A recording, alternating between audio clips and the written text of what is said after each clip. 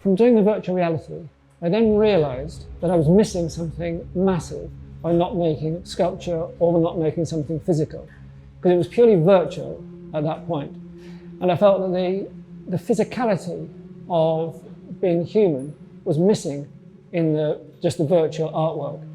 And I thought, but I don't want to give up the virtual or the digital, because it's just like, it was like magic. It was like the imagination. But also I didn't want to give up the physical, because that was almost like the body and the beauty and the power of physicality. So I thought, how can I combine both the digital and the physical in a very human way, so the technology wasn't the dominant factor, but you had the physicality combined with the imagination, with the digital. So if you'd like to join me, I can show you some pieces that I did directly after I did the virtual reality, which tried to combine the two. Shall we have a look?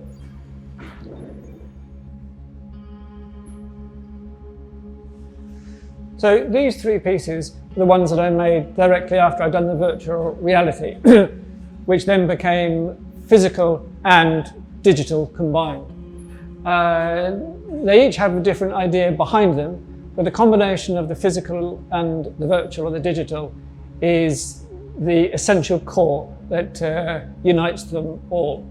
So the first one, I was thinking at the time about God and about the mechanical universe, and just which route, which idea made sense. So I thought, I'd make a piece where you can see God as a three-dimensional letters, but then the mechanical universe sort of takes over, and God disappears, and the mechanical aspect of it becomes the prominent part of the artwork.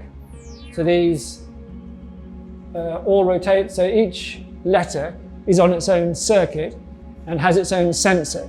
So anybody can make any particular letter change just on its own, like that, or you can combine the letters to change and to revolve until eventually it forms the word God again, after 4 revolutions, I think it is.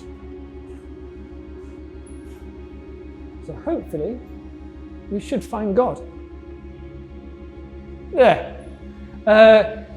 I think I mentioned earlier on that my father was a poet, and he died 10 years ago, and I decided to make a poetry machine. So on here they 10 drums. Each drum has a set of words in the same category, whether it's a verb or a noun or whatever. So then the drums rotate and create a different combination, so it'll always make a type of sense. Slightly surreal perhaps, but a type of sense nonetheless. The drums are programmed via Arduino to rotate in one direction or another direction, and only 8 drums at any one time rotate, and they're selected randomly. So it means that always you're going to be getting a different combination of words. So there are thousands upon thousands of different word combinations that are possible.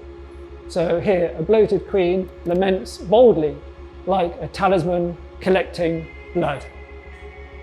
Makes you think, doesn't it?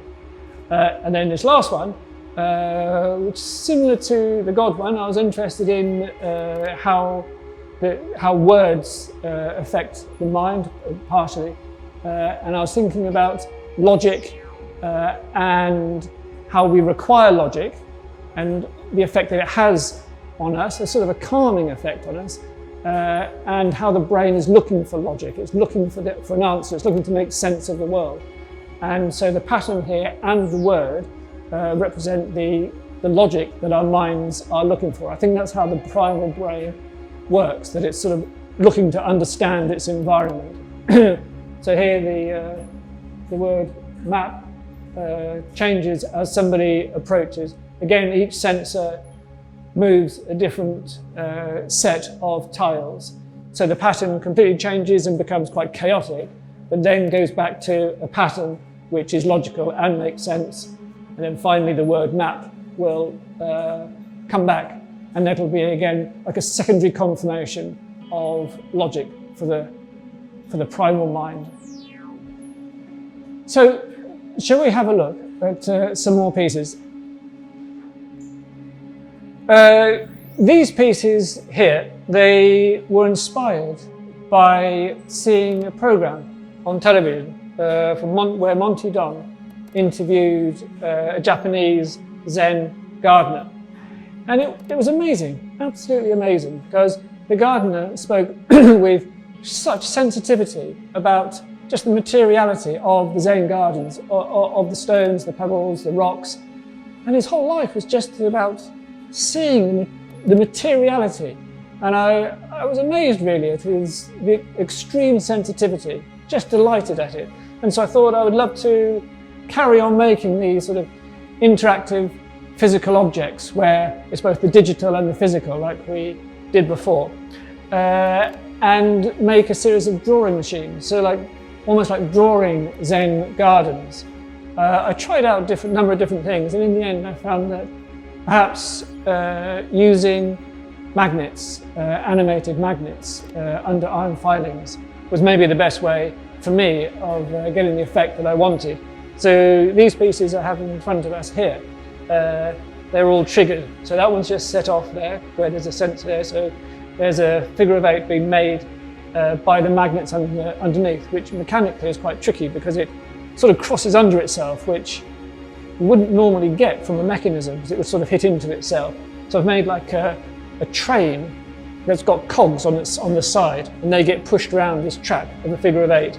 And then these pieces here, which is almost like an animal pelt. I hope you can see that okay.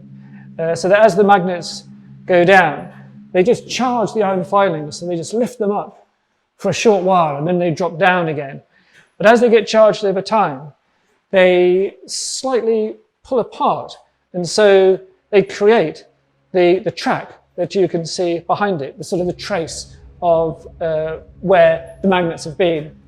And then this one, which isn't working at the moment, this one rotates round, as you can see, or normally does. Anyway, and while we're here, we may as well have a look at, I wanted to create the idea that when you walk into a room, so this is purely digital, something else, but it just happens to be here. When you walk into a room, you could be welcomed by whatever it is. And in this case, I wanted it that you would have a poem that would just welcome you into the room. So you walk in the room, there's nothing there, and then the sensor detects you. The sensor's under the table at the moment, so it knows that we're here. And then it projects a film. Now, I've chosen, I think, 360 odd films here, poems here, and they are selected randomly. So you walk into the room and then you get a new poem projected each time you walk into the room. Something to think about and enjoy. From some quite surreal poems, as you can see, to some very thought-provoking poems. And I hope that you like that. Let's see what else there is, shall we?